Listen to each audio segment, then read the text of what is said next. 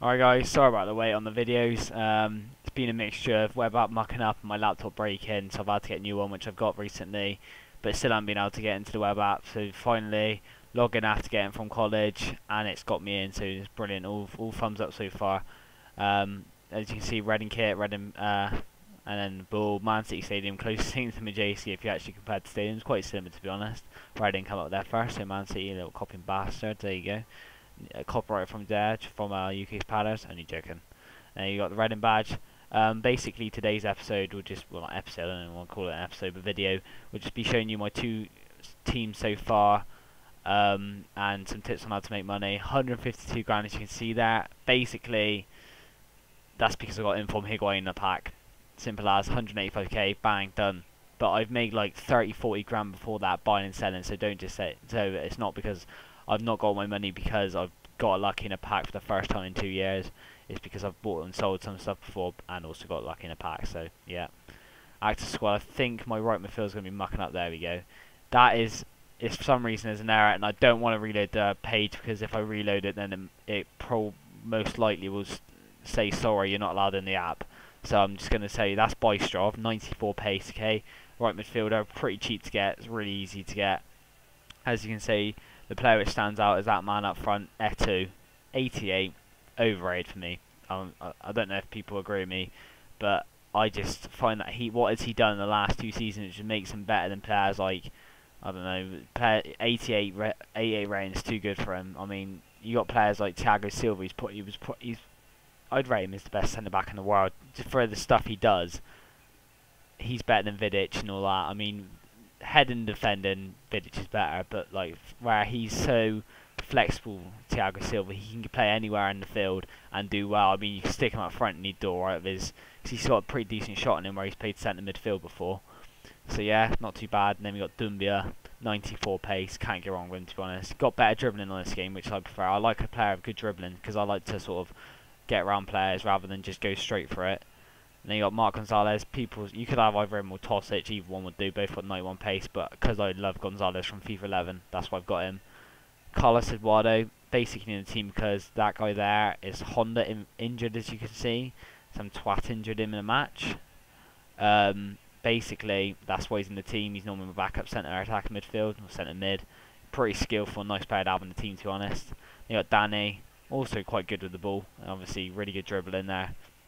Decent pace, good passing, decent shot. Trying to get the informed version of him, but not being lucky so far. I don't like splashing my cash out for no reason. I'll try and get him for as little as possible. Anyukov, pretty decent pace for right back. He's a good right back to have, pretty solid. Bruno Alves, the best defender in the league, as you can see, some really good stats there, over 60 all of them, which is nice to have, and 18 on head, which is a big bonus. Lombards, better than he's rated as. He's got a class head on him, and he does score goals from corners, which I like. And Crescito is not a bad player, 84 pace, and look at all them stats, over 70. That's pretty decent to be honest, and I'll take that. 6 foot though, so he's pretty tall and pretty hard to tackle. Then you got Ansaldi, another at left back, not probably be in the team in front of Thingy, but because my chemistry is 100 with it when Bystrov's playing, but when Ansaldi plays it's 99 because Honda's not playing. So basically he's in there to keep the chemistry above 100. Then Kurzakov, good all-round player there, as you can see, some good all-round stats. Nice bit of shoot, nice good shot, and some decent pace there. Misimovic, decent player, decent midfielder to have. I'd rate him most like Gourcuff of France because they're both not very fast, good skillful, good shot, and decent passer too. So they're sort of very similar players. And Wagner Love, everyone loves Wagner Love. 89 pace, 83 dribbling. He's got a lot more popular on FIFA 12, so look out for him. You got McGeady, got a big upgrade from last year. 89 pace from I think he was 81 last year. Decent, about the same dribbling to be honest, so not too bad. But decent all-round player, and much better this year, as you can see. Good move for him to move to Russia because he's doing really well there. Ignashevich, decent all-round player, good centre back to have to be honest as a backup, but not really going to start that often. And then Benny Martins, the old player from he's obviously playing the Premier League, scored the winning goal in the Carling Cup final, as some of you Arsenal fans should know, and everyone should know really. It was a pretty calamitous goal.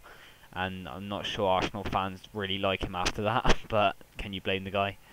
Um, and then Malafiv, decent backup goalkeeper to have. I've just got one just in case the worst happens to Thingy Majiggy. What's his name? Akinfeev. Love the guy. Actually, I haven't even talked about Akinfeev. I'll go down and show you in a minute.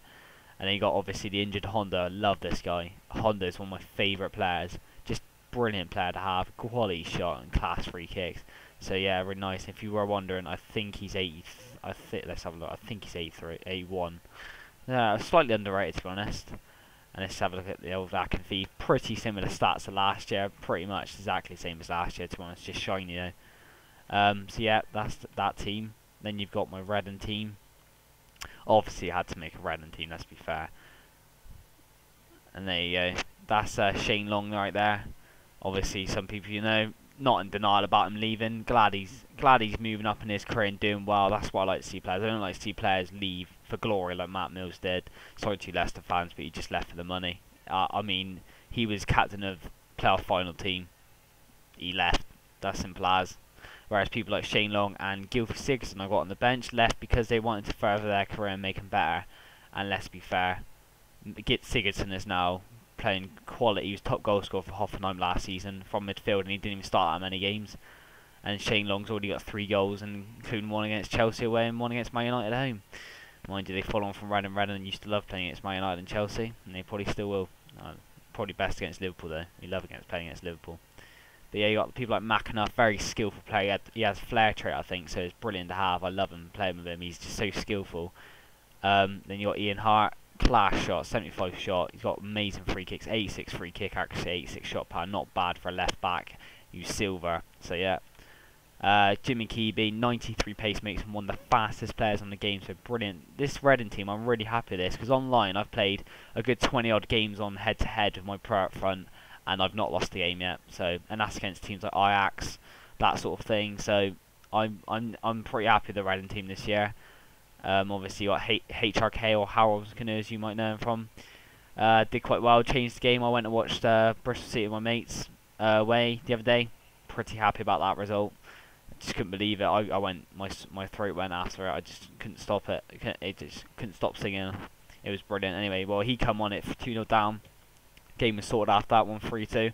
And this man scored a nice little 94th minute back heel, which got on Soccer AM Showboat. And he's 91 strength, this guy. He's an absolute beast, and I love him. He's a brilliant player to have. And I started him up front with Paddy on head-to-head, so it's pretty decent, to be honest. And just as a tip, to be honest, for making coins, what I've done really is I've focused on Pacific stuff, focused on Pacific leagues, and there's always been a player or players which I've bought and traded in. I don't like to, sorry about that, I don't like to just do random players. I like to be specific about the players I buy. Last year I just basically used to buy Kalu and sell him for making back grand or half two, and as you get more money, your players change because you're entitled to make more money if you buy bigger players. But I like to stick with the lower players because the EA tax pees me off. So if you're buying and trading with someone like, I don't know, who's worth 100 grand, and you're making about the same as you are with a guy you're buying and trading who's 2 grand, you're going to lose a lot more money. So yeah, it works out that you lose money. Well, you don't lose money, but you make less money than if you trade with smaller players. So that's basically my tip. Try not buy small, but if you can buy small, then do it, because it will make you money and it's pretty much guaranteed. And as soon as people start buying bronze things, then just go buy the bronze packs. Let's not be noobish about it. Let's just go do it, because that's the way to make money. That's how you do still on FIFA 12, FIFA 11. Let's do it on FIFA 12. Anyway, guys, cheers for watching, and hopefully the videos will be coming out soon, as long as I can keep logging into the web app. Cheers, guys.